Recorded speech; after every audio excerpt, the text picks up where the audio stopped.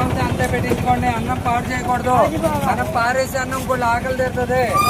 ఎంత కావాలంటే అంతే పెట్టించుకోండి. అన్నం పాడు చేయకూడదు. మనం పారేసి అన్నం కూడా కాకినాడ గవర్నమెంట్ హాస్పిటల్కు వెళ్తుంటే ఈ అన్న మాటలు విని ఒక్క నిమిషం ఆగిపోయానండి. ఇక ఈ భోజనానికి వచ్చే వారిని అయితే చూడండి, అబ్బో ఎంత మంది ఉన్నారో. గవర్నమెంట్ హాస్పిటల్కి వచ్చే వాళ్ళు రకరకాల సమస్యలతో వస్తారు.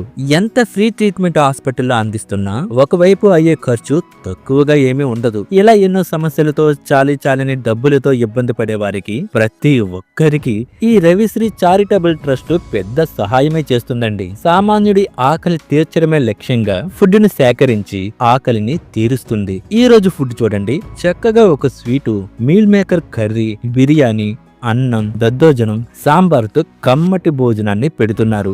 ఈ చారిటబుల్ ట్రస్ట్ ఫౌండర్ రవి గారి మాటల్లో చాలా ఆసక్తికరమైన మాటలు విన్నాను.